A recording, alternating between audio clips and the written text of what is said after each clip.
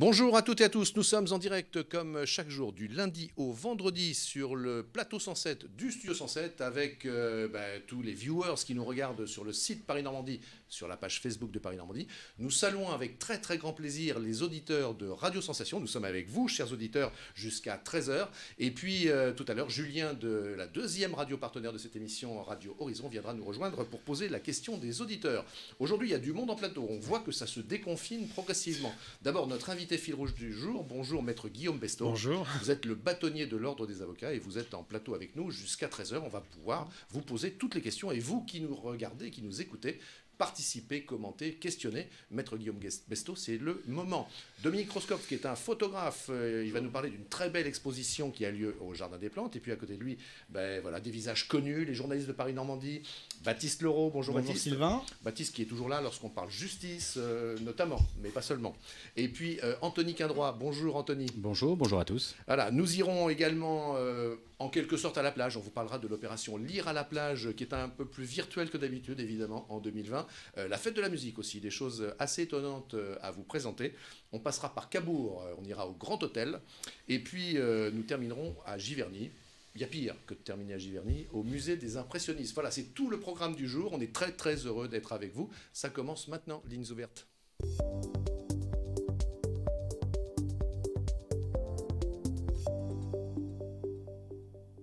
Nathalie qui nous a fait coucou et puis à Aïcha aussi qui est heureuse, qui a eu en quelque sorte de bonnes nouvelles pour Paris Normandie hier. Merci beaucoup Aïcha, c'est sympa. Alors mon cher Baptiste, on commence avec l'invité du jour, maître Guillaume Besto. De nombreuses questions se posent, en particulier j'imagine comment les avocats ont traversé cette période, mais beaucoup d'autres choses aussi Guillaume. Oui, la première question, elle est simple, monsieur le bâtonnier, c'est comment vont les avocats? On a eu la grève des avocats, ensuite on a eu le Covid.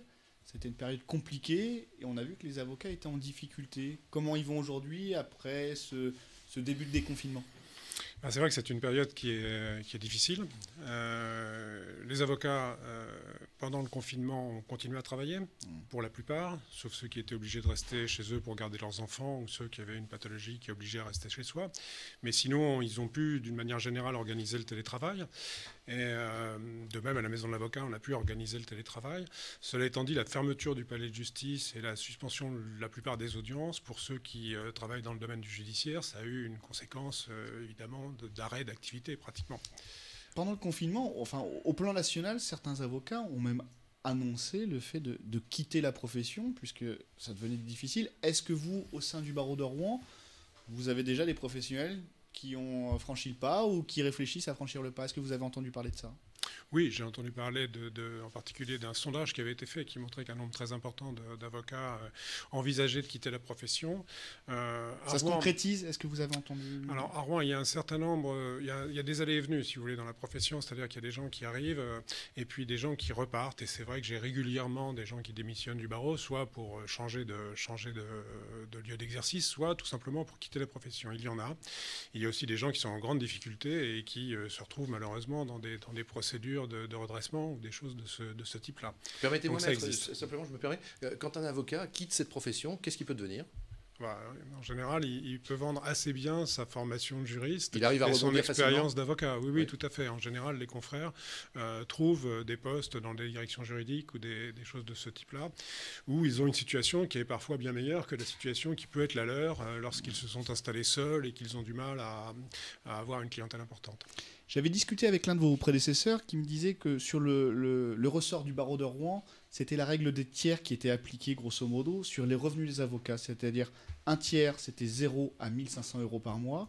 Un deuxième tiers, 1 500 à 3 000 euros. Et le troisième tiers, c'était 3 000 euros et au-delà. C'était il y a quelques années maintenant. Est-ce qu'aujourd'hui, on est sur les mêmes fourchettes? Alors, les statistiques que l'on peut avoir résultent du paiement des cotisations des avocats puisqu'elles sont fondées sur leurs revenus en partie. Donc la tranche basse, c'est-à-dire en dessous de 24 000 euros par an, représente 20% du barreau. Une centaine d'avocats donc, qui ont moins de 24 000 euros par an, donc moins de 2 000 euros par mois. À l'opposé, la tranche la plus haute représente une cinquantaine d'avocats qui sont des gens qui gagnent plus de 120 000 euros par an. Vous voyez, ça vient choquer, s'entrechoquer avec des idées préconçues qui peuvent traîner, je dirais, dans le grand public. Comment vous expliquez justement que les avocats, je pense que dans l'imaginaire des gens, sont considérés comme des nantis? Parce que c'est un petit peu ça l'idée, on se dit, voilà, l'avocat, il a forcément de l'argent, Comment vous l'expliquez? Est-ce que c'est pas un peu la faute aussi des avocats? Peut-être, mais c'est surtout le poil du passé, je pense. Effectivement, auparavant, les avocats étaient considérés comme des notables. Et donc, on imaginait assez facilement qu'ils aient une très belle situation. Bon, aujourd'hui, c'est manifestement plus vrai. Hein. Le revenu médian des avocats, c'est un revenu de cadre, et même pas de cadre supérieur, hein, puisque le revenu médian, il est de l'ordre de 43 000 euros par an. Donc, on n'est plus dans la situation qu'on a connue ou qui est dans l'imaginaire des gens. Une question d'un de nos spectateurs, n'y a-t-il pas trop d'avocats ? Je ne sais pas répondre à ça. À Rouen, il y a un nombre d'avocats par habitant qui n'est pas considérable. Il y a des barreaux où c'est beaucoup plus important. Vous avez des barreaux où il y a 3 fois plus d'avocats par rapport au nombre d'habitants. Alors, ce sont peut-être des endroits où la situation de la population est plus fortunée. Si vous voulez, dans le midi de la France, par exemple, certains ressorts, si vous êtes avocat à Grasse, par exemple, vous avez sans doute moins de personnes susceptibles de bénéficier de l'aide juridictionnelle, alors que dans notre région, on a une population dont une partie importante ressort de l'aide juridictionnelle, et donc lorsque vous travaillez à l'aide juridictionnelle, ce qui est le cas d'un très grand nombre de nos confrères, eh bien, évidemment, vous avez des revenus qui sont impactés par l'absence de rentabilité de cette activité-là. La période du confinement a forcément engorgé les tribunaux. Comment vous allez faire? Comment la justice va s'organiser pour apurer tous les délais qui peuvent être aujourd'hui conséquents? Alors, on n'a pas forcément une visibilité très claire de ça. Ce que je sais, c'est qu'effectivement, à Rouen, dans le ressort de la Cour d'appel et du tribunal judiciaire, on a eu une situation un peu privilégiée par rapport à d'autres régions, dans la mesure où les magistrats ont organisé rapidement un système permettant aux avocats de déposer les dossiers sans plaider, donc sans aller au palais de justice. Ce qui fait que la fermeture du palais n'a pas empêché de déposer les dossiers et de permettre aux juges de travailler sur ces dossiers que l'on avait remis. Cela étant dit, les jugements ne sont pas encore sortis dans la mesure où ils doivent être mis en forme par les greffiers, et les greffiers n'étaient pas là. Donc à partir du moment où les greffiers n'ont pas mis en forme, nous, on n'a pas vu arriver le travail des avocats, des magistrats, on commence à le voir arriver. Mais donc, voilà, c'est pour ça qu'au départ, je disais que l'activité ne s'est pas complètement arrêtée. Mais en termes de jugement rendu, on n'a pas une visibilité très claire aujourd'hui.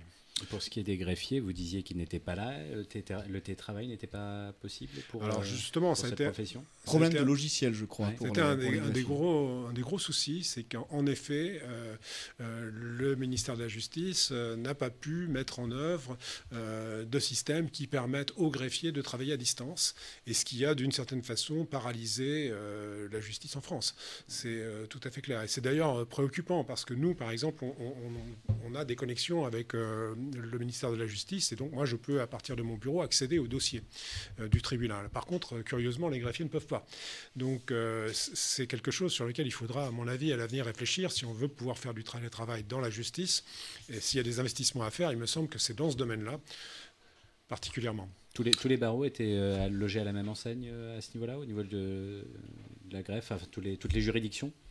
Je pense qu'en effet, la plupart des barreaux, oui, tous les barreaux étaient dans la même situation. L'impossibilité pour les greffiers de travailler à distance, elle est générale. Oui. Du coup, est-ce que pour pallier cela, les vacances judiciaires vont tomber à l'eau ou...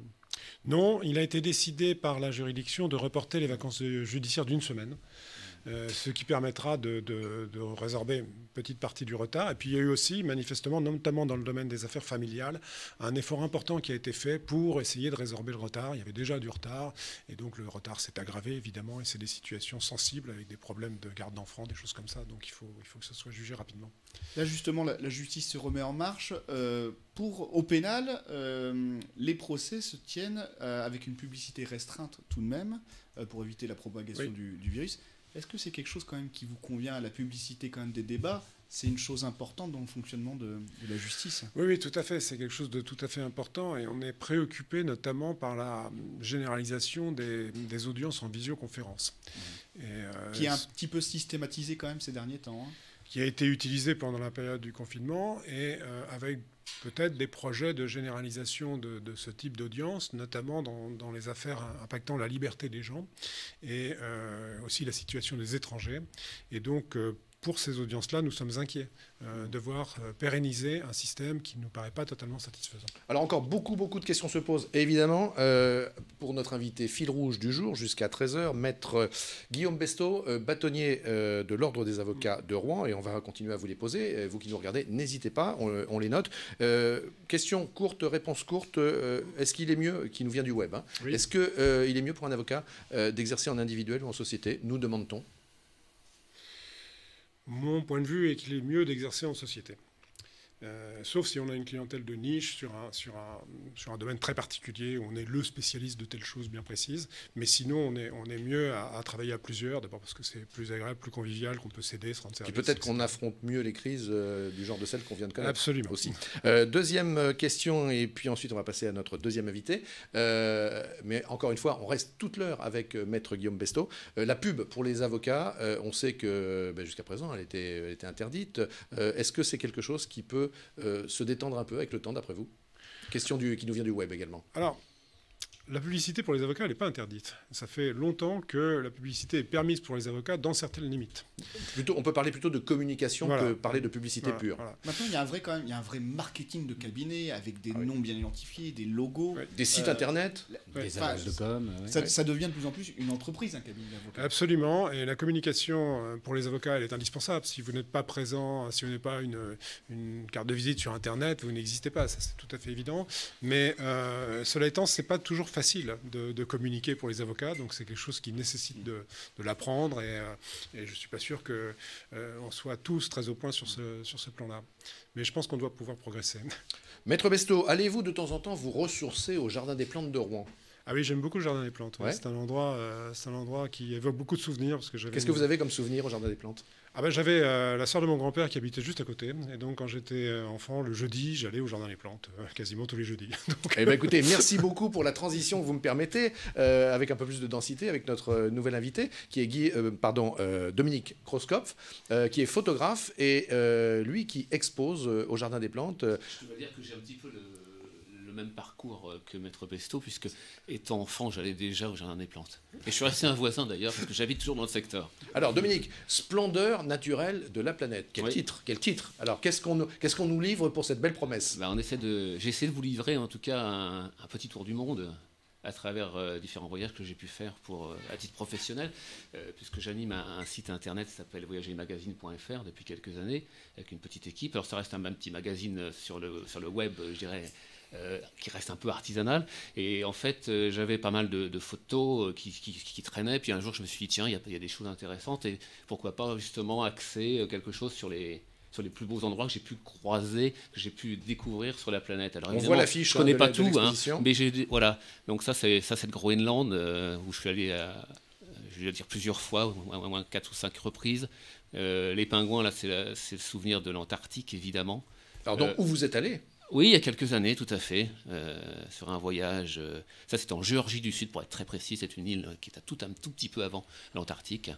Là, c'est les Seychelles, et puis on voit ça à travers des timbres, puisqu'on m'a fait le plaisir des philatélistes de Rouen, et plus particulièrement le club philatélique de Sotteville, Albert de Caris, qui tient d'ailleurs le titre d'un célèbre graveur de timbres, Albert de Caris, qui était l'un des plus grands graveurs de timbres.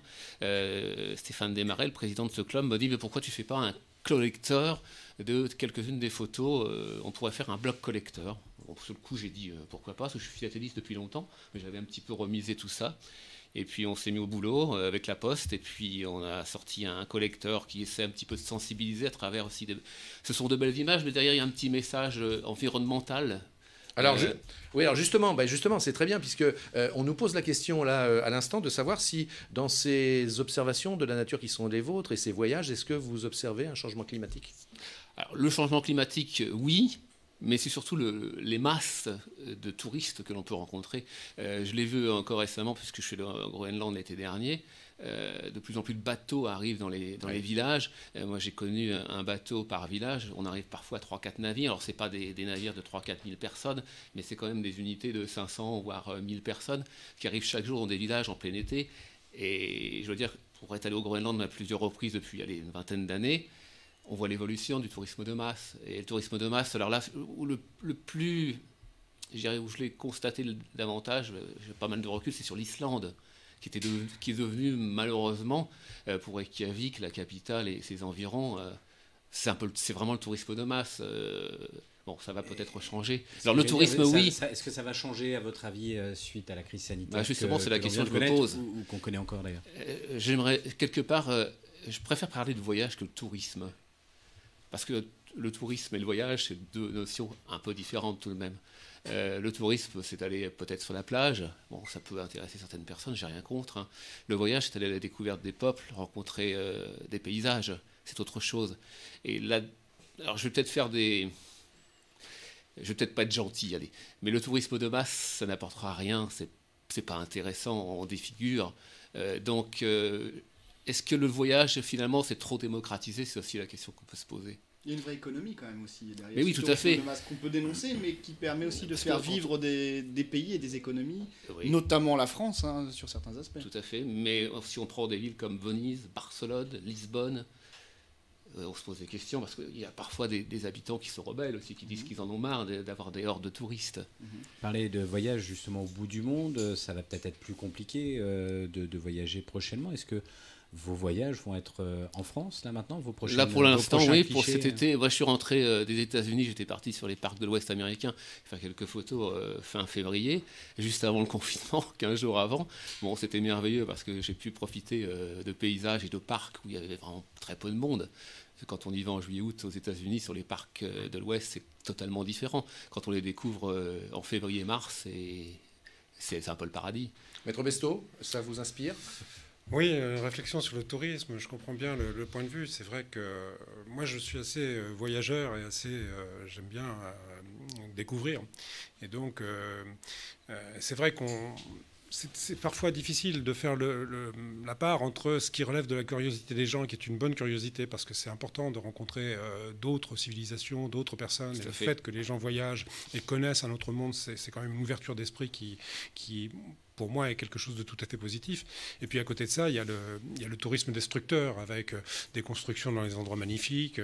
C'est vrai que moi, j'ai connu des endroits dans certains pays qui étaient extraordinaires. Et puis, si on y retourne aujourd'hui, il y a des constructions, des hôtels, des trucs assez moches. Et là, c'est déplorable. Oui, et ça, je l'ai constaté notamment au Vietnam l'an passé, sur la baie d'Along. J'y suis allé il y a 25 ans. La ville tout près de la baie d'Along, c'était 3-4 hôtels. Maintenant, c'est devenu presque Las Vegas parce que les Chinois arrivent en masse. Et quand on prend le bateau, c'est une autoroute à bateau pour aller sur la baie d'Along. Pour moi, c'était une grosse déception. Justement, on nous pose la question, peut-être l'avocat a-t-il une idée, d'un point de vue un peu juridique. Claudine nous dit il faudrait sans doute réguler le tourisme de masse. Comment on pourrait s'y prendre? Oui, enfin, faut quand même, c'est délicat, c'est quand même très délicat. Malgré tout, garder une volonté de liberté. Hein, bien parce sûr, que, oui. Si on se mais par exemple, à Venise, on parle à Venise, par exemple, de faire payer un droit d'entrée, un droit d'accès, un peu comme dans un parc. Je ne sais pas, peut-être qu'il faudrait faire des choses pédagogiques. Moi, je connais bien Venise, j'y vais assez souvent. Et c'est vrai que quand vous êtes à Venise, si vous sortez du parcours des sentiers battus, il n'y a plus personne. Tout d'un coup, on se retrouve dans un endroit magique. Il y a plus de 300 mètres de où il n'y a plus personne. Voilà. Si vous n'êtes pas dans le parcours Saint-Marc-Rialto, vous faites 200 mètres et vous arrivez dans un endroit merveilleux où il n'y a pas de touristes. Alors, écoutez, dernière question, parce qu'on va vous laisser filer vers votre appareil photo et vos nouvelles missions de microscope. Question qui nous venait de nos amis qui nous regardent. Est-ce qu'on vit de ces photos? Non, moi pas du tout. Hein. Je dirais que c'est plutôt une passion au départ, une passion du voyage. Ensuite, comme je l'ai dit, avec Voyager Magazine, on a créé un site internet. C'est devenu une passion. Voilà, je dirais que c'est du semi-professionnel. C'est pour le plaisir. Voilà. Et puis, en tout cas, Françoise, notamment, qui voyait les quelques photos qu'on présentait, vous disait qu'elle les trouvait très belles. Je rappelle aussi qu'en 2018, Dominique Croscope, vous vous êtes en quelque sorte affiché sur les grilles du conseil départemental. Tout à fait, c'était la première expo. La première expo, 50 photos à l'époque, en très grand format. C'était Grandeur Nature. Qui s'appelait Grandeur Nature. Oui. Voilà, après il y a eu un bouquin qui a repris les photos l'an passé. Et puis l'année dernière, j'ai participé en tant qu'invité d'honneur au Festival Les Focales de Honfleur aussi. Absolument. Voilà. On termine en rappelant les dates. Comment voir cette exposition Splendeur au Jardin des Plantes? De quelle heure à quelle heure? De quelle date? Alors en ce moment, les horaires sont très larges. soir, je crois que le Jardin des Plantes est ouvert entre 9h et 20h le soir. Vérifiez sur le site de la ville de Rouen, mais je crois que je ne peux pas me tromper beaucoup. Donc c'est tous les jours évidemment, puisque c'est un lieu public. Splendeur naturelle de la planète. 30 photos par Dominique Krauskopf. Merci Dominique. Merci Sylvain. D'être venu nous donner envie d'aller flâner et peut-être de croiser des souvenirs de Guillaume Besto. Qui remonte à Il y avait le bassin aussi, le bassin du Jardin des Plantes, Absolument. où nombre de parents ont emmené leurs petits faire voguer le petit bateau électrique. Oui, j'ai une caisse avec le bateau dedans. Ah ben voilà. Vous voyez. Très bien. Quelques questions pour l'avocat maintenant. Avant de passer à notre prochain invité, on va aller à Cabourg et à la rencontre de la nouvelle directrice du Grand Hôtel de Cabourg, un lieu magique, le Grand Hôtel de Cabourg, Madame Gaëlle Grelarigot. Mais ça, c'est dans quelques minutes. On était resté à la publicité, à la communication. Oui. Peut-être finir de préciser les choses pour les avocats. Oui, donc les avocats, ils ont la possibilité de faire de la publicité. Cela étant, je vous dis, c'est pas facile de communiquer pour les avocats, de créer une publicité pour un avocat, c'est pas tout à fait simple à faire. On a Françoise qui nous demandait si, d'après vous, le bouche à oreille fonctionnait suffisamment. Du genre, j'ai été client d'un avocat, je suis content, je le recommande à mes amis. Ça fonctionne, ça ou Moi, je pense que c'est la principale source de clientèle, effectivement. C'est-à-dire la personne qui se crée une réputation au fil du temps parce que ses clients ont été satisfaits de ses services, tout simplement. Pendant le confinement, le CNB, via la plateforme avocat.fr, a lancé des consultations gratuites. Alors certains avocats ont tout de suite joué le jeu, d'autres ont dit attendez, on sort d'une période déjà compliquée financièrement et en plus on nous demande de travailler gratuitement. Quel regard vous portez sur ces consultations gratuites qui ont été lancées et quel était le ressenti au niveau du barreau de Rouen ? Alors, à Rouen, on a l'habitude de faire des consultations gratuites, puisqu'on en fait toute l'année, sauf pendant les vacances, à la maison de l'avocat.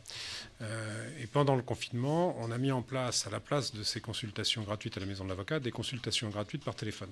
Et c'était une initiative rennaise. C'est une initiative rennaise, nationale. Il y a eu en plus l'initiative nationale. Donc, on trouve effectivement toujours des avocats volontaires pour faire ces consultations gratuites. C'est vrai qu'il y a une discussion sur le point de savoir si c'est bien ou pas bien de faire des consultations gratuites. À Rouen, la tradition maintenant ancienne est de proposer des consultations gratuites et pour des confrères qui sont volontaires pour les faire, sachant que lorsque vous avez une consultation gratuite avec un avocat, cet avocat, si vous avez une procédure ou quelque chose à mettre en place derrière, a la possibilité de continuer à intervenir. C'est-à-dire qu'on appelle ça une sorte de droit de suite, si vous voulez. La personne qui a donné la consultation gratuite, s'il y a un besoin à satisfaire derrière, il peut effectivement prendre le client. Donc c'est pour ça que les confrères sont intéressés. Juste une question avant d'accueillir notre nouvel invité. On nous demande où se trouve précisément la maison de l'avocat.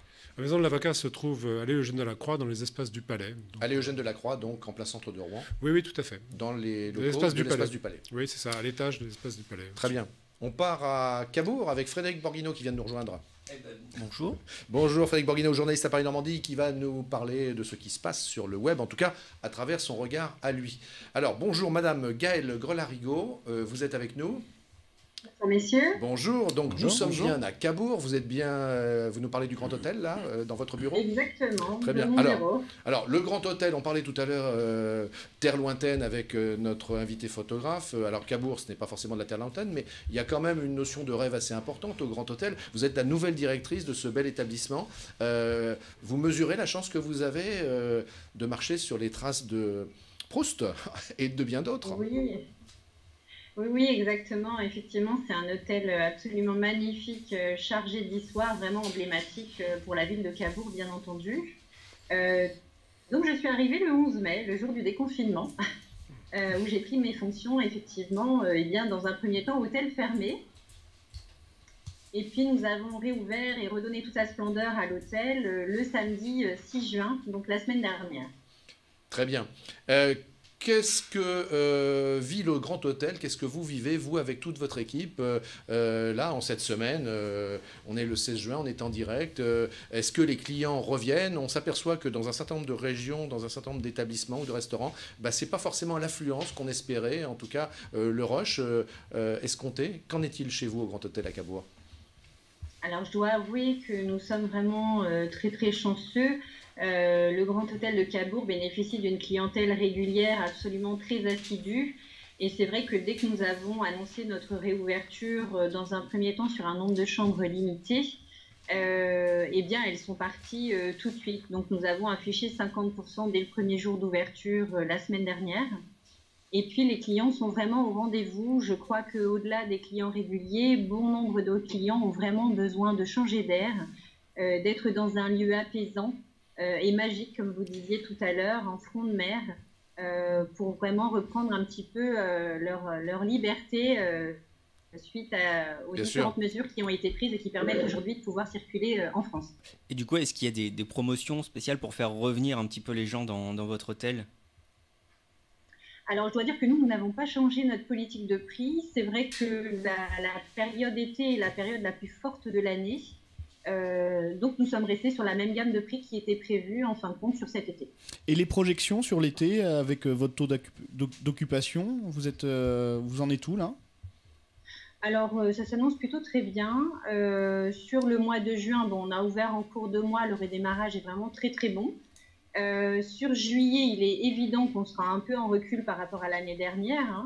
Le mois d'août s'annonce, lui, quasi en ligne par rapport à l'année dernière. Est-ce que vous avez une clientèle d'habitude internationale ? Non. Très, très franco-française ou pays limitrophes à la France. Mais c'est vrai que là, pour le coup, tous nos clients, principalement ces derniers temps franciliens, sont revenus sur l'hôtel et puis bon nombre d'habitués des 4 coins de la France qui ont déjà réservé pour le mois de juillet et août.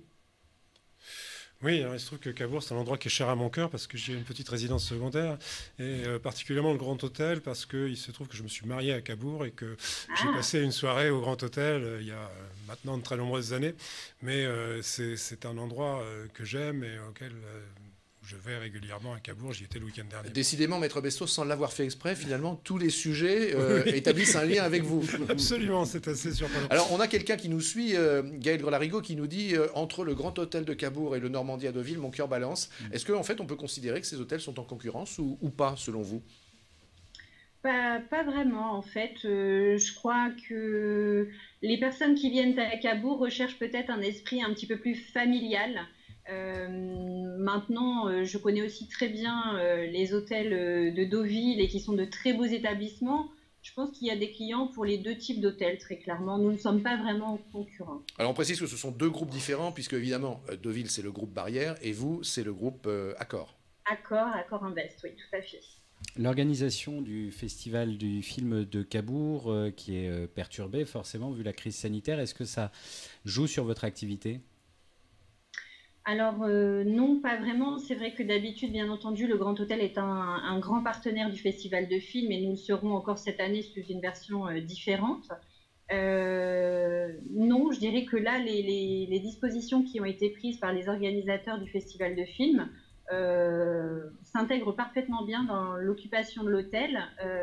Donc aucune incidence vraiment par rapport à d'habitude, en tout cas par rapport à cette nouvelle organisation du festival.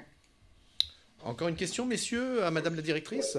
Moi, je voudrais simplement évoquer, alors peut-être effectivement que ça n'évoque pas grand-chose pour vous, puisque vous êtes tout récemment arrivé, mais cette fameuse série diffusée par YouTube, je crois, qui s'appelait Groom et qu'on peut toujours consulter, est-ce que vous pensez que ça a été important pour la communication de l'hôtel ou pas plus que ça par rapport à votre politique commerciale ? Très belle série d'ailleurs, très intéressante à suivre.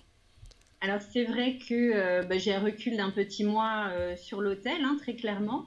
Je pense que ça a eu un impact peut-être sur les générations un peu plus jeunes. Oui, c'est ça, ça rajeunit. Il n'y a pas des clients réguliers qui viennent avec leurs enfants, adolescents et un peu plus âgés et qui m'en parlent spontanément. Donc au contraire, je pense que ça a donné une belle visibilité à l'établissement. Vous trouvez que ça valorise l'envie pour certains d'aller dans l'hôtellerie. Oui, et puis d'ailleurs, dans cette série, moi j'en ai regardé un certain nombre d'épisodes, je trouve que l'hôtel est très bien mis en valeur par la production d'images. Frédéric ? Non, je veux juste dire que si vous voulez tout savoir sur cette série, il y a la superbe chronique de Martin Torrent qui est juste là, qui s'occupe de la caméra volante, qui est disponible sur Instagram, l'Instagram de Paris Normandie. Je vous invite à aller la voir, c'est très très bien fait. Voilà, donc Instagram Paris Normandie, on cherche Groom et on trouve tout. Voilà, vous allez voir sur notre fil et vous retrouverez la vidéo. Et on verra bien sûr ciné. le Grand Hôtel de Cabourg. Merci beaucoup, Madame la directrice. On vous souhaite plein succès dans ces nouvelles fonctions. Il y a pire, il y a pire que de diriger le Grand Hôtel de Cabourg.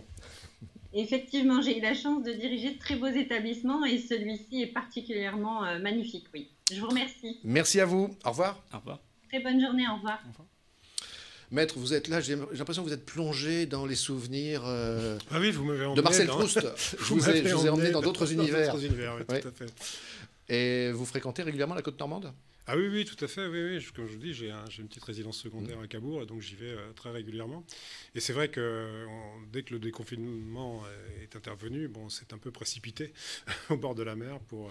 Alors, il y avait une question, pendant qu'on était en discussion avec la directrice du Grand Hôtel de Cabourg, on nous posait la question de savoir quel est c'est important d'ailleurs, on n'en a pas parlé, quel est le rôle précis d'un bâtonnier, hein. On a dit, vous étiez le bâtonnier de l'Ordre des avocats de Rouen. À quoi sert-il? Que fait-il le bâtonnier? Alors, le bâtonnier, il préside le Conseil de l'Ordre. Donc voilà, il est par ailleurs l'arbitre de conflits qui peuvent intervenir entre avocats. Il est aussi l'arbitre de conflits qui peuvent intervenir entre les avocats et leurs clients, où là il est amené à rendre des avis. Il est aussi celui qui taxe les honoraires de ses confrères, c'est-à-dire lorsqu'il y a une contestation sur les honoraires d'un avocat, on s'adresse au bâtonnier qui vérifie la facture qui a été émise par le confrère. Voilà, donc il a un rôle important aussi bien pour les confrères entre eux que pour les confrères par rapport à leurs clients. Je crois que c'est peut-être important aussi de préciser que c'est une mission à plein temps. Vous êtes détaché totalement sur cette mission. Peut-être que vous pouvez expliquer comment ça fonctionne? Oui, ça fonctionne très simplement. J'arrive à mon cabinet à 7h30 pour traiter les affaires courantes. J'ai dû embaucher une collaboratrice pour me remplacer pendant cette période. Je vais à la maison de l'avocat vers 9h30 et j'y passe toute la journée. Je rentre chez moi le soir. Donc c'est quelque chose qui n'est pas tout à fait simple. Vous êtes un petit peu obligé de délaisser votre propre activité renforcée par une collaboratrice. De m'organiser. Heureusement, j'ai des associés. Heureusement, j'ai une collaboratrice. Et donc, ça m'a permis de faire face à cette fonction que je souhaitais évidemment remplir. Du coup, comment ça se passe? Puisque vous gérez les conflits entre avocats, mais Oui. vu que vous êtes toujours en activité, s'il y a un conflit avec vous? Alors à ce moment-là, on trouve une autre solution, un ancien bâtonnier qui peut intervenir, ou éventuellement le président du tribunal qui peut être amené à trancher. Par exemple, si j'ai un problème d'honoraires, ça n'est pas le bâtonnier qui tranche, évidemment, mais c'est le président du tribunal qui peut être amené à intervenir dans ce cas-là. Au-delà de vos fonctions, question d'actualité qui me semble importante, et on dépasse le cadre du barreau de Rouen, c'est la question sur le racisme dans la police. Là, cette polémique qui nous vient des États-Unis, qui trouve un écho en France. Vous, en tant qu'avocat, qu'est-ce que vous pensez de ce mouvement un petit peu anti-police qui est né là, ces derniers temps? Pour certains, en tous les cas. Oui. Il y a eu quand même une affaire concernant le palais de justice de Rouen. Donc, j'avoue que j'ai été étonné lorsque j'ai pris connaissance des propos qui avaient pu être tenus par les uns et par les autres, surtout de la part de gens que l'on côtoyait tous les jours. Donc, moi, ça m'a beaucoup surpris de voir la violence de ces propos. Et c'est vrai que ça a tout de même quelque chose d'un petit peu préoccupant. Voilà. Donc, mais cela dit, c'est peut-être malheureusement des choses qui existent et qu'on se dit comme ça sans nécessairement se rendre compte à quel point ça peut avoir des conséquences graves pour des personnes qui se retrouvent confrontées à ça et qui en sont quelque part victimes. Et le fait que ces fonctionnaires n'aient pas été suspendus tout de suite, il y a eu un délai d'attente de 3-4 mois. Là, c'est le ministre, pour éteindre un petit peu l'incendie, qui a dit tout de suite il y aura un conseil de discipline, mais il n'y a pas eu de suspension. Est-ce que ça vous choque ? Moi, je pense qu'il faut sortir de cette espèce de culture qui fait qu'on ne réagit pas immédiatement. Et voilà, je pense qu'il faut améliorer la réaction par rapport à ce type de comportement et prendre conscience de la gravité des choses. Ça me paraît effectivement très important. Voilà, cela dit, il faut aussi prendre le temps d'examiner les choses et de ne pas, je dirais, prendre une décision à l'encontre de quelqu'un sans l'avoir entendu, sans avoir enquêté à minima. Et quel peut être le rôle et quel doit être le rôle des avocats dans ce cadre-là? On a vu par exemple des procès-verbaux où des policiers utilisaient le terme de négroïde dans leur rapport. Ce sont des documents, il me semble, que les avocats auxquels les avocats ont accès. Est-ce qu'ils ont obligation de dénoncer ce genre d'acte, ou alors quel peut être le rôle des avocats justement? Je pense qu'ils peuvent effectivement souligner le fait que c'est tout à fait choquant d'utiliser ce type de termes dans des procès-verbaux. Ils doivent le dénoncer dans leur déontologie ou Ouais, il me semble qu'en effet, ils doivent le faire. Alors cela dit, après, je ne vais pas vous sortir un règlement précis qui va vous dire que si tel mot est prononcé, il faut réagir de telle ou telle façon. Mais je crois que ça me paraît effectivement nécessaire. Alors, messieurs, chers amis qui nous suivez, c'est le genre de ce rendez-vous quotidien Lignes ouvertes de passer d'un sujet à l'autre, d'enchaîner des sujets sérieux, préoccupants, comme celui qu'on vient d'évoquer, à des sujets un peu plus légers, mais qui sont également sérieux à leur manière eux aussi. La fin du mois de juin arrive, la fête de la musique, qu'en est-il? Lire à la plage concerne l'été, c'est toujours une belle opération sur les plages de Seine-Maritime. Eh bien, on va en parler avec Patrick Tesser, vice-président du département de Seine-Maritime. Bonjour, monsieur le vice-président. Vous nous voyez, vous nous entendez. Nous sommes toujours en direct sur les supports de Paris-Normandie et nous sommes toujours co-diffusés sur les ondes de Radio Sensation avec tous leurs auditeurs qu'on a plaisir à retrouver chaque jour.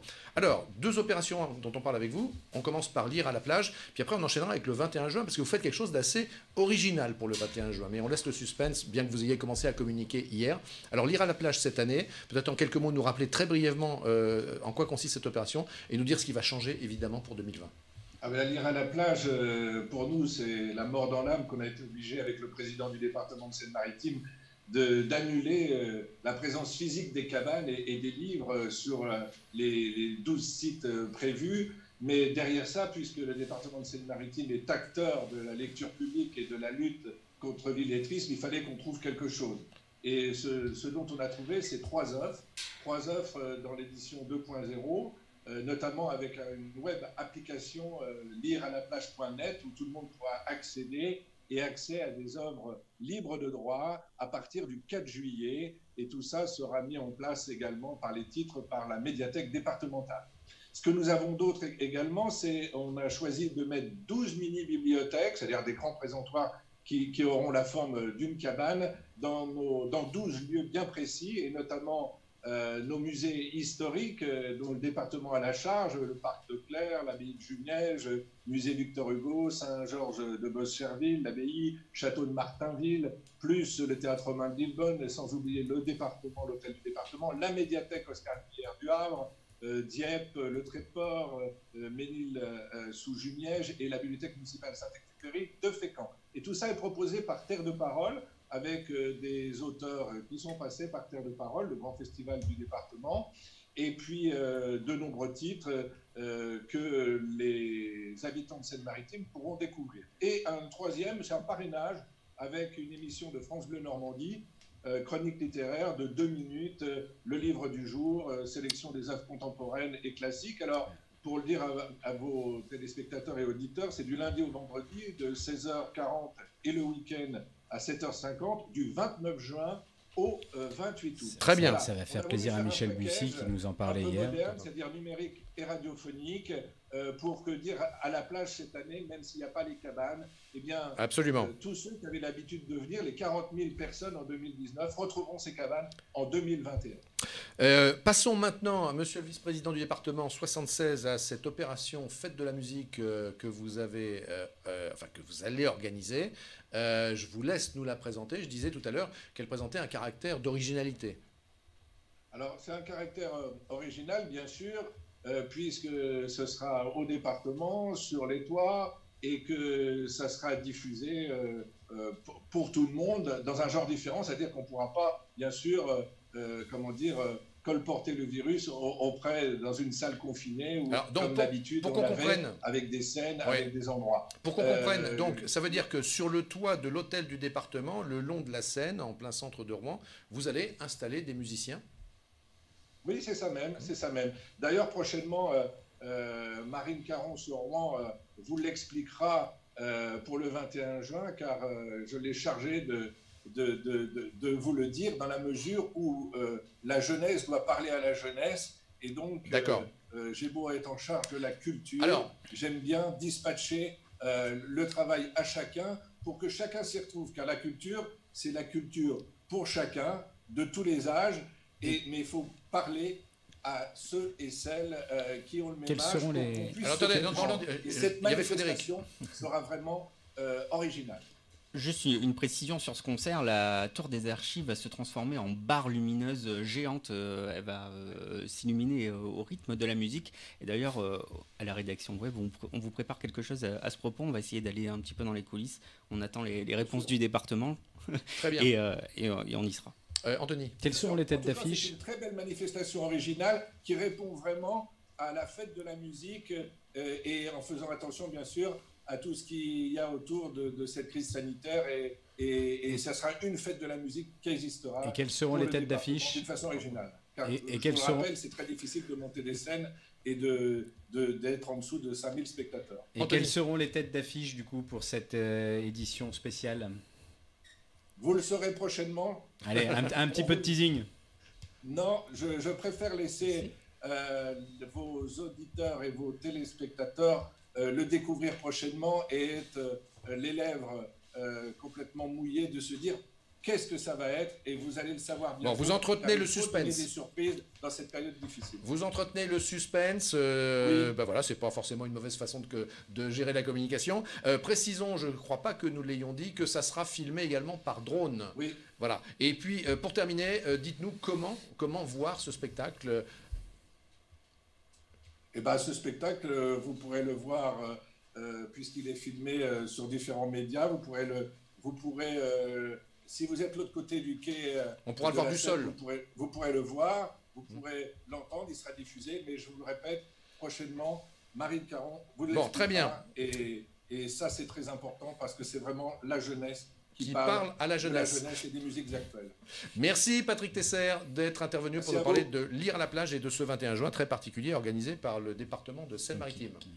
On se retrouve donc le 21 juin. Et d'ailleurs, c'est branché, hein, le conseil départemental. Il y a un rooftop. Oui, mais ça s'adresse qu'aux jeunes, a priori, puisqu'il n'y a que la jeunesse qui parle à la jeunesse. Donc, Voilà, on est maintenant en direct avec Thomas Dubois, journaliste à Paris-Normandie. Thomas, est-ce que vous êtes avec nous? Vous êtes sur le terrain, mais pas encore tout à fait. La fête de la musique, Guillaume Besto, vous allez aller sur le rooftop. Il y a un côté très branché dans cette expression de rooftop. Oui, bah, je vais regarder ça comme tout le monde, oui, effectivement, c'est intéressant. J'avais une question, rien à voir. J'ai raté le début de l'émission, peut-être que vous l'avez dit, mais est-ce qu'on peut faire des devis auprès d'un avocat? Comment on fait pour trouver un avocat qui corresponde à ses besoins, à ses capacités financières? Parce que c'est vrai qu'on a l'impression que c'est peu accessible au commun des mortels. Un avocat, comment on peut faire? À part les avocats, il y a l'aide juridictionnelle, je veux dire, mais pour le reste de la population qui n'y aurait pas droit, comment on peut faire? Pour financer l'intervention d'un avocat, notamment en matière juridique. Si vous pouvez répondre de manière assez courte, Maître. Oui, on va essayer de faire court. Il y a plusieurs solutions, les juridictionnelles, les protections juridiques, les assurances qui permettent de financer l'intervention d'un avocat. Et puis, si vous ne bénéficiez ni de l'un ni de l'autre, il faut demander effectivement un devis, ou en tout cas une convention d'honoraires, à votre avocat, qui a l'obligation de proposer une convention d'honoraires qui précise les conditions de son intervention. Alors, on fait priorité au direct, puisqu'on est avec Thomas Dubois. Thomas, vous êtes avec nous, vous nous entendez, puisqu'on m'annonce que vous êtes en ligne duplex extérieur avec nous. Voilà. Bonjour Thomas. Bonjour à tous. Bonjour. Alors Thomas, dites-nous, vous êtes où? Vous couvrez cette manifestation? Je suis le lancief de l'ARS, l'Agence régionale de santé de Normandie. Je me suis un peu écarté parce qu'il y a du bruit et du coup, je ne suis pas sûr de très bien vous entendre. Mais bon, c'est pas grave. Voilà, simplement pour vous dire que c'est la manifestation en soutien à l'hôpital et aux soignants qui s'est lancée ce matin à Rouen à 9h30 à peu près du CHU. Il y avait beaucoup de monde. Il y avait environ 2000 personnes, 2400 selon les organisateurs et 1500 selon la... Et là, cette manifestation s'est achevée ici devant le site de l'ARS. Il reste un petit peu de monde. Il y a une rencontre en ce moment à l'ARS et voilà. Que réclament les personnels soignants, Thomas? J'entends très mal, je suis désolé. Oui, que réclament, Thomas, les personnels soignants? Ce qu'on dit depuis déjà des semaines, c'est évidemment pour commencer une revalorisation des salaires et puis de meilleures conditions de travail. Vous savez, tout ce malaise de l'hôpital qu'on décrit à travers tous nos articles depuis, j'ai envie de dire des mois, voire des années. C'est des moyens, plus de lits, l'arrêt des fermetures de lits et puis au-delà de cette prime qui a pu être promise aux soignants, vraiment c'est avant tout une revalorisation salariale significative. En ce moment, il y a des négociations sur ce sujet, mais voilà, il y a une forte attente. Est-ce que la prime a été versée finalement, la prime annoncée par le chef de l'État? Alors pour l'instant, la prime, c'est assez compliqué. Certains vont la toucher sur le salaire de fin juin, là, sur le salaire de juin. C'est 500 € pour tous. Après les 1 500 €, il y a une revendication des syndicats qui veulent 1 500 € pour tous, mais la direction, en tout cas au CHU, a dit que ce n'est pas possible. Donc certains vont toucher 1 500 € tout de suite, et puis d'autres vont faire l'objet d'un examen un peu plus approfondi par les cadres, etc. Et verront, en plus, disons qu'ils vont toucher 500 € sur ce salaire-là, et toucheront peut-être 1 000 € en plus en juillet, en fonction des remontées qui vont être faites par les cadres du terrain. Est-ce que dans la foule, vous avez des personnes qui ne sont pas issues du monde médical, des soutiens? Voilà, c'était un appel aussi des personnels soignants.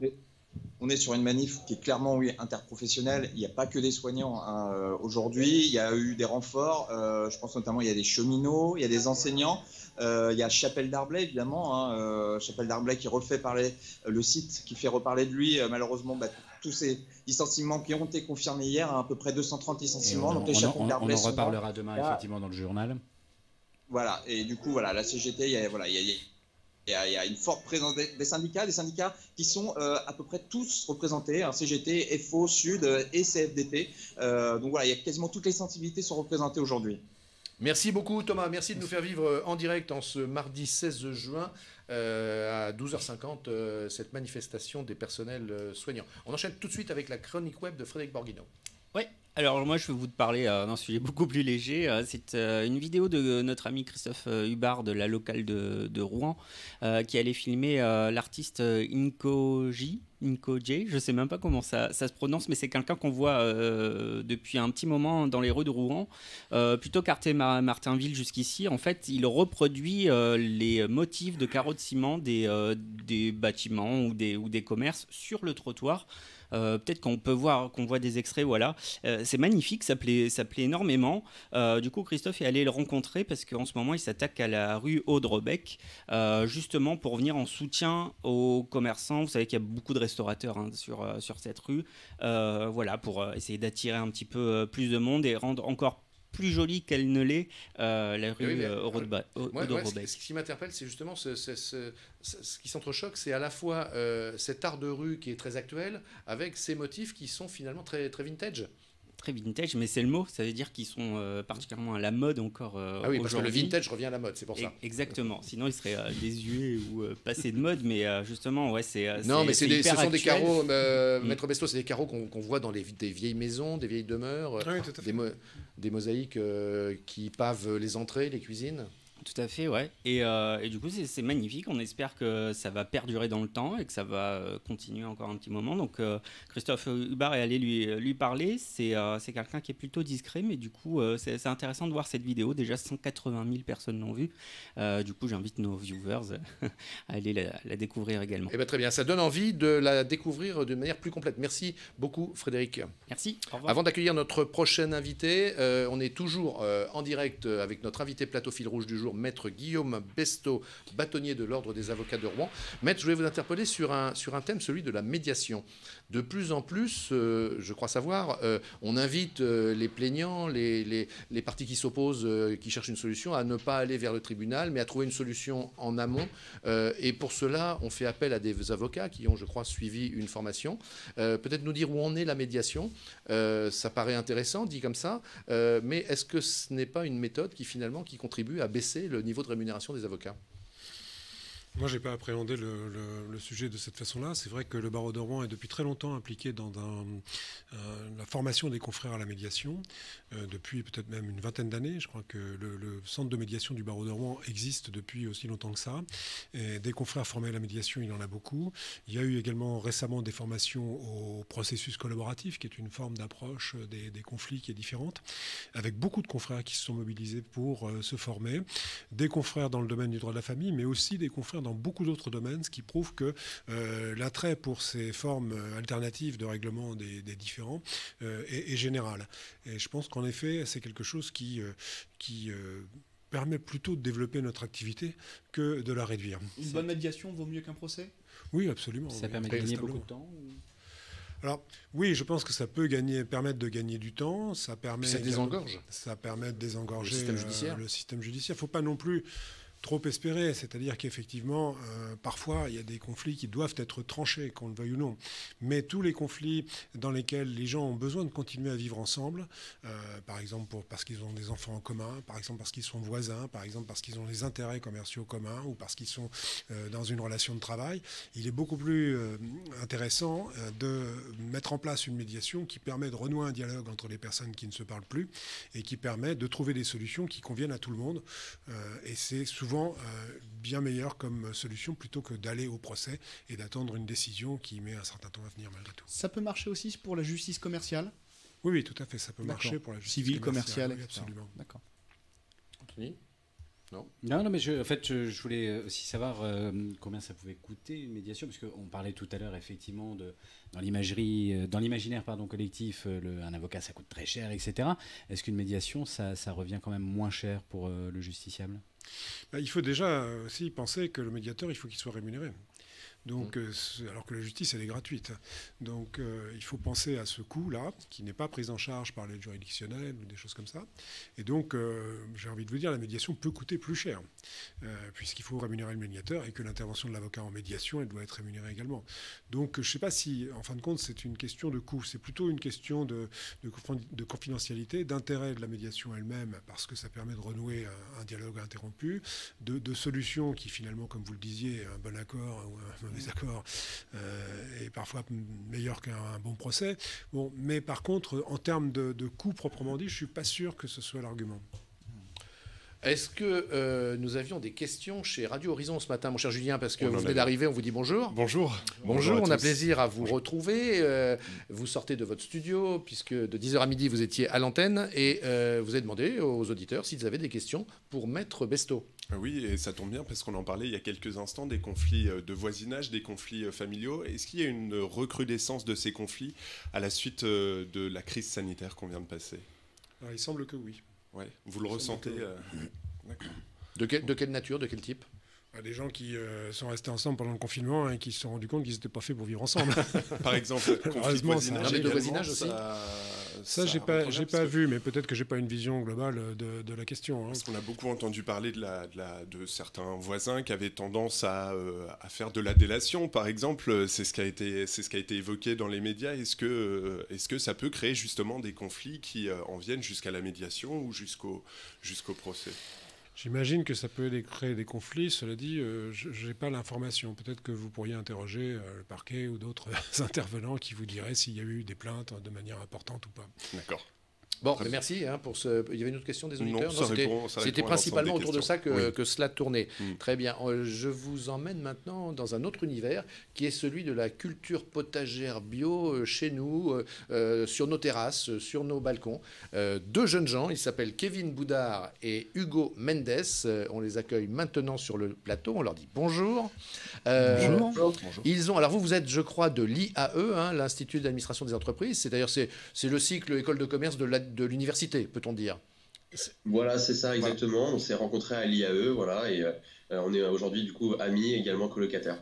Et alors, vous vous êtes creusé la tête, vous vous êtes dit, nous aussi, on veut être des start-upers, on veut trouver la bonne idée du siècle, et alors vous vous êtes dit, on va fabriquer des box. Mais alors, je vous laisse en dire plus à toutes celles et ceux qui nous suivent. Alors, du coup, il y a eu un petit peu des deux. Ça fait longtemps, en fait, on est trois aussi avec un troisième ami à nous. On a monté donc Graineo. Et en fait, c'est vrai que ça fait un petit peu longtemps qu'on voulait entreprendre ensemble. Et en fait, on cherchait toujours la bonne idée. Et en fait, un jour, elle nous est un peu plus tombée dessus sans vraiment la chercher. Parce que, en fait, on a voulu se lancer dans la réalisation d'un potager à notre domicile. Et on s'est rendu compte que, voilà, on pouvait avoir des petites difficultés à le faire parce qu'on est en appartement. On est au deuxième étage dans notre immeuble. On n'a pas forcément de balcon. On n'a pas d'espace pour vraiment le réaliser. On n'a pas de jardin. Et du coup, on s'est dit, en fait, peut-être qu'on pourrait trouver une solution pour permettre à tous ceux qui sont dans le même cas que nous de réaliser leur potager et de réaliser leur petite plantation à domicile, qu'eux aussi pouvaient le faire. Et donc, du coup, on a voulu leur faciliter la tâche. Alors, l'avez-vous avec vous, là, cette petite box, qu'on puisse la voir? J'imagine que oui.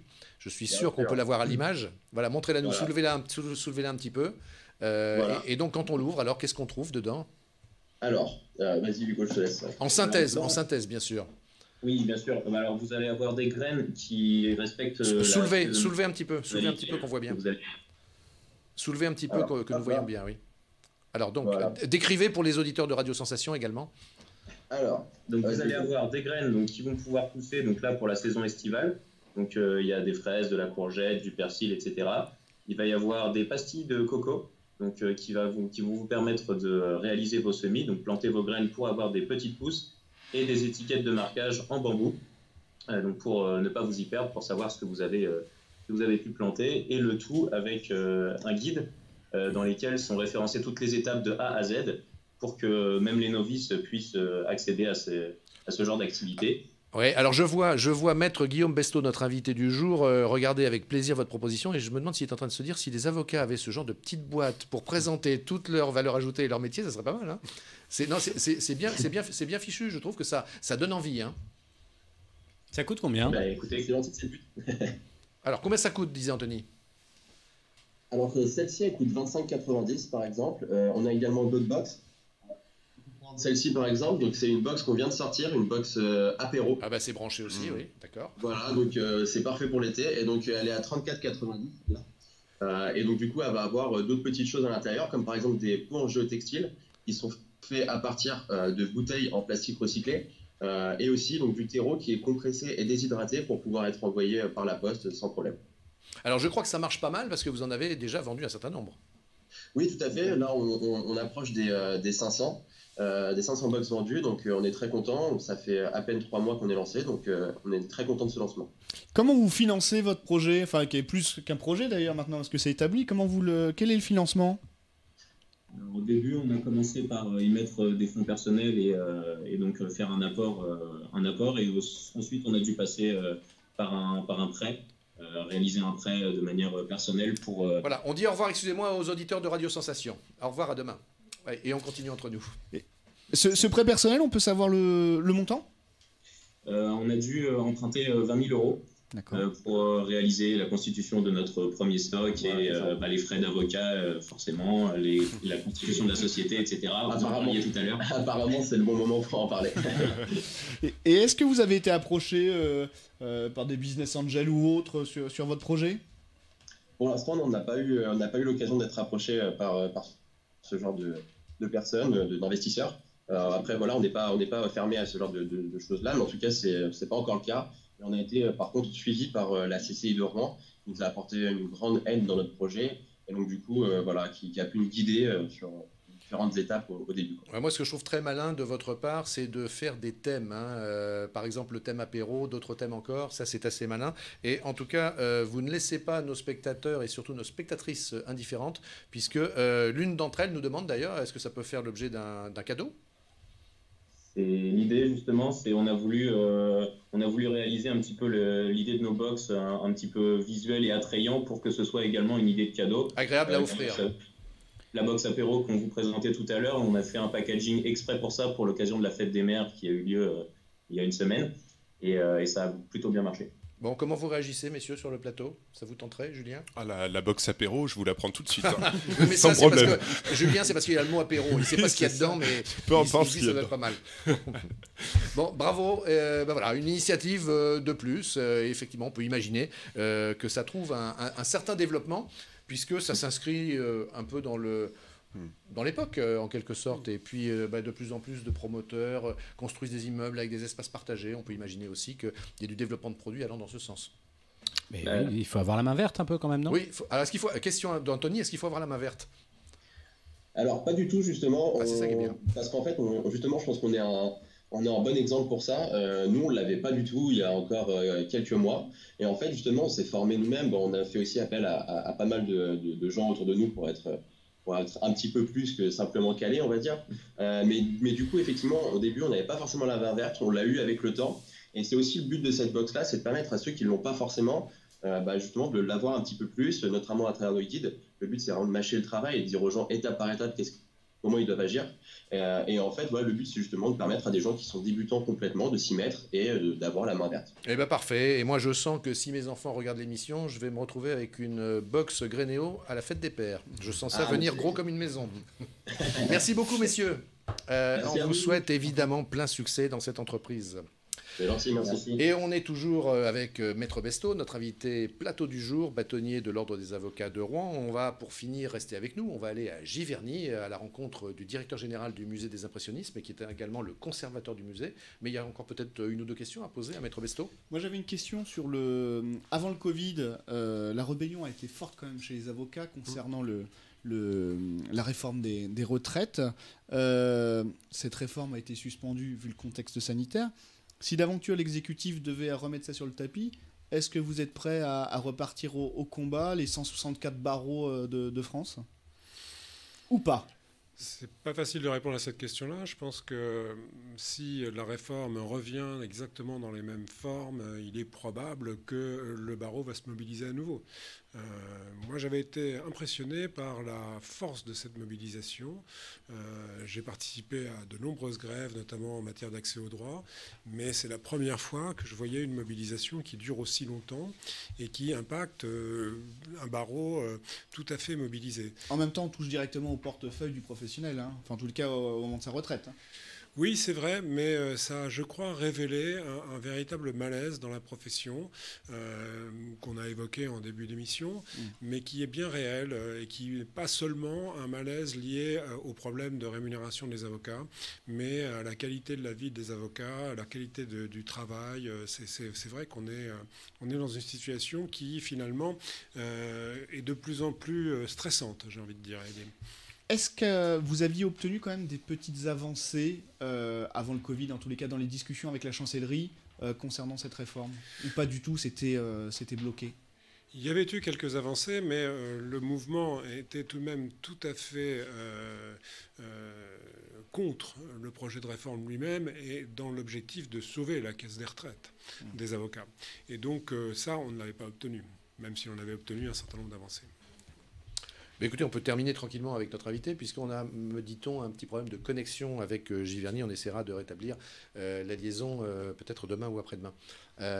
D'autres questions encore, Anthony ? Non, moi j'aurais juste voulu attirer l'attention des viewers sur le quotidien du jour avec un entretien exclusif avec le Premier ministre Édouard Philippe, un entretien réalisé par Stéphane Ciré, dans lequel le Premier ministre évoque la campagne des municipales au Havre, où il est candidat.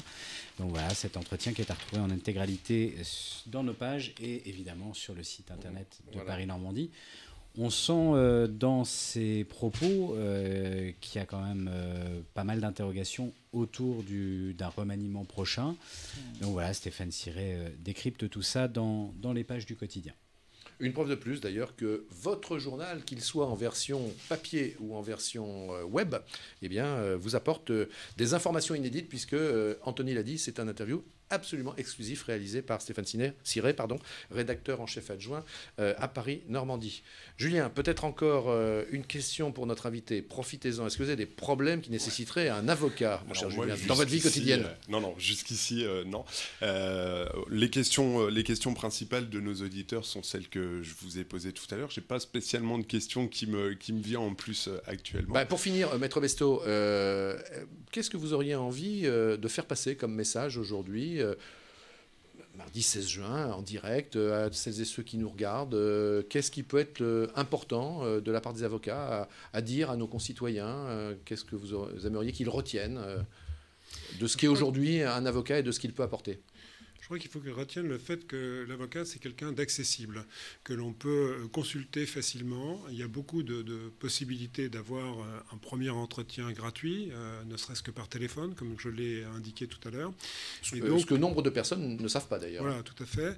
Et donc, à partir de là, il faut que les gens viennent nous voir parce que les gens n'ont pas le réflexe d'aller d'abord voir un avocat. Ils vont souvent voir une administration, un service social, mais il ne leur vient pas forcément à l'esprit de consulter un avocat parce qu'ils ont peut-être des interrogations sur le coût de l'intervention d'un avocat. Mais je vous dis, en général, une première consultation, c'est soit gratuit, soit un prix qui est tout à fait accessible. Et puis si je peux me permettre, il y a peut-être aussi l'idée que, alors le prix, certes, peut être de manière d'ailleurs injustifiée, vous l'avez dit, rebutée, mais peut-être aussi le fait que l'avocat a toujours été sur son piédestal et qu'on se demande finalement si on va pouvoir établir une communication simple avec lui parce qu'il a ses mots juridiques, il a son jargon.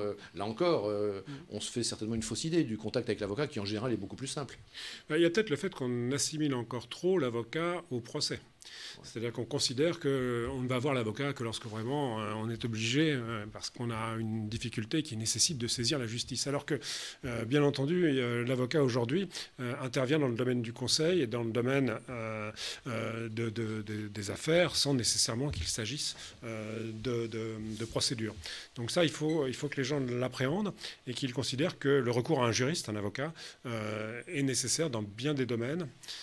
Sans que nécessairement l'avocat vous entraîne dans une procédure ou des choses de cette nature. Dernière question, je me fais peut-être l'avocat d'un certain nombre d'entre nous. De très nombreuses personnes se demandent pourquoi la justice est si longue. Et quand on parle de longueur, on ne parle pas de semaines ou de mois, on parle dans bien des cas et pour de nombreuses affaires d'années. Pourquoi c'est si long ? Alors, j'ai envie de dire, il y a un temps judiciaire qui est nécessaire, c'est-à-dire qu'effectivement, la justice n'est pas fulgurante, et donc, lorsque l'on a un procès à faire à quelqu'un, il y a des échanges qui sont nécessaires entre les parties, des actes à rédiger, des pièces à examiner, des rendez-vous à faire avec les clients, et voilà, donc ces choses-là prennent du temps, et c'est normal. Cela étant, est-ce qu'à votre avis, ça pourrait aller plus vite ? Ah oui, je pense que ça pourrait aller plus vite, manifestement, oui, mais il y a un problème du temps judiciaire nécessaire pour les avocats pour mettre en place les procédures et pour que ces procédures soient prêtes à être jugées. Mais après, il y a le temps pour la juridiction pour l'appréhender. Vous savez, en matière devant les cours d'appel, par exemple, on nous a encadrés dans des délais tout à fait rigides. C'est-à-dire qu'on nous a dit qu'il faut que les affaires soient prêtes en 6 mois. Ben, nous, on y arrive. On arrive à préparer les affaires en 6 mois. Après, devant certaines juridictions, pas nécessairement la Cour d'appel de Rouen, mais d'autres, vous attendez 1 an, 2 ans pour que le juge ait la possibilité de trancher le litige qui est prêt. Donc voilà, comme je l'ai dit l'autre jour lorsque la ministre est venue, c'est pas en mettant sur la pression sur les avocats qu'on améliore le fonctionnement de la justice. Donc pour moi, l'idée, c'est nous sommes en mesure de faire correctement notre travail dans des délais raisonnables. Après, il faut donner les moyens à la justice pour juger rapidement. Parfait. Bah, écoutez, messieurs, ça sera le mot de la fin de notre invité du jour. Merci beaucoup, Maître Guillaume Besto, bâtonnier de l'Ordre des avocats de Rouen. Merci à vous toutes et à vous tous d'avoir passé ce moment de mi-journée avec nous. On se retrouve demain, même plateau, même émission, même concept, même heure. Bon après-midi, au revoir.